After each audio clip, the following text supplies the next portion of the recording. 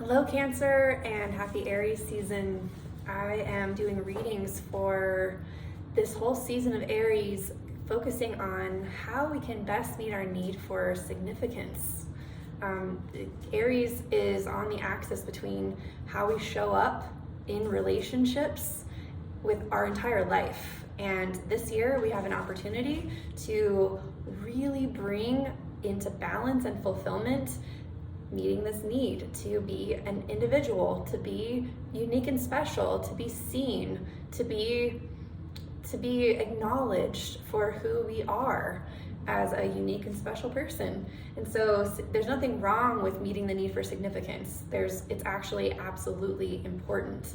And so I'm going through each of the signs and I'm sharing how we can best meet the need on a conscious level or an ego kind of level, and how we can meet it on a soul level.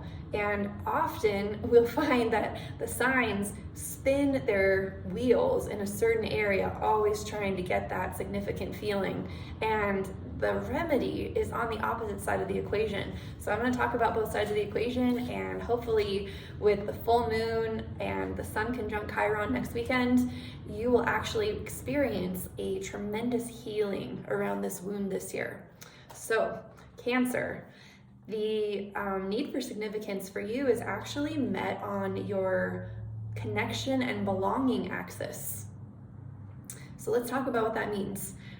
Basically, you have Aries in your 10th house, and so your ego, your conscious mind, is always striving to meet this need for significance through perhaps career status, or the legacy you leave, or your accomplishments, being respected, making an impact on people, having quantifiable proof of your significance. So this could be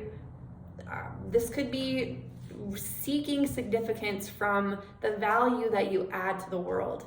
And this is a beautiful way of wanting to be significant. And for you, Cancer, I want you to know that there's something about that feels like it will be, like it's something that you'll constantly chase. It's kind of like getting a dopamine hit every time you sort of get acknowledged for these things. However, you are not actually going to feel fully fulfilled in this arena until you balance it with the other side of the equation, which is the soul fulfillment. And this comes from where you feel a sense of belonging. You deeply want to feel like you're connected to people that you belong with, connected to home. You want to be connected with places where you are needed and you get your needs met. Where you can really be yourself, where you can be vulnerable and you're still accepted for everything that you are.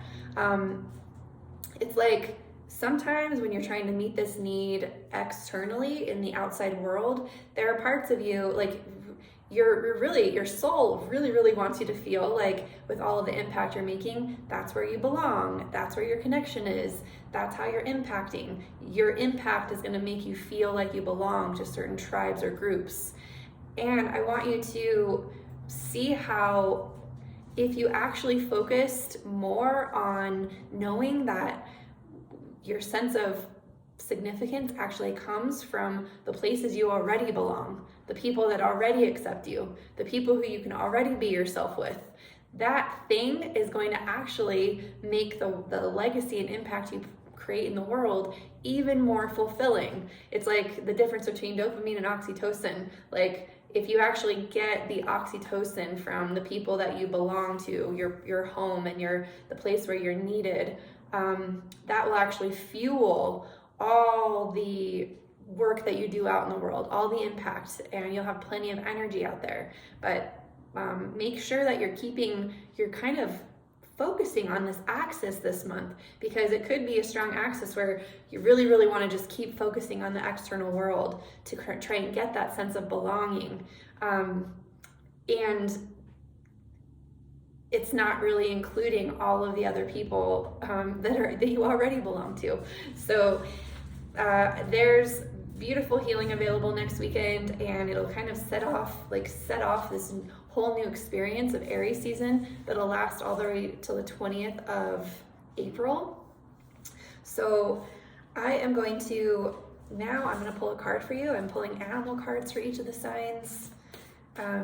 Because animals are all unique and different, and animals are never trying to be anything than what they are. They fully accept, like a horse is a horse, and a horse doesn't try to be a pig or a cat. And you got the moth. It's a beautiful picture. So I'm gonna read from the book about moth energy. Moth, it looks like it's an air sign. Here it is. Okay, so this is an animal energy to help you really fully accept your need for significance and really fully understand that you're perfectly unique and special exactly as you are, and you don't really need to do anything more than be yourself to receive that significance. So the moth energy, it's impulsive, hasty, and wishful.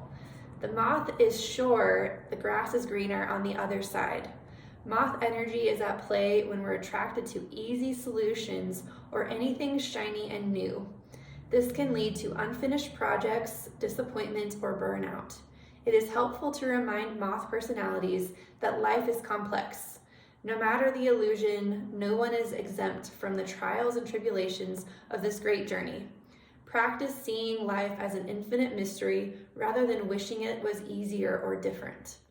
When it's in balance, it's enthusiastic and whimsical. When it's out of balance, it idealizes others and is jittery. To bring it into balance, finish a project. So that's interesting energy for you, Cancer. Let me know how this resonates for you. I'm doing some personal readings at this time, and so if you'd like to dive more deeply into your nature and how to become even more yourself, unapologetically and just completely congruently, you can book a personal reading. The natal chart reading would be best for this time of year because we have this chance to really own who we are. And so there's a link in the description box below if that's interesting to you. In any case, I look forward to seeing you next time, and happy Aries season. Bye-bye.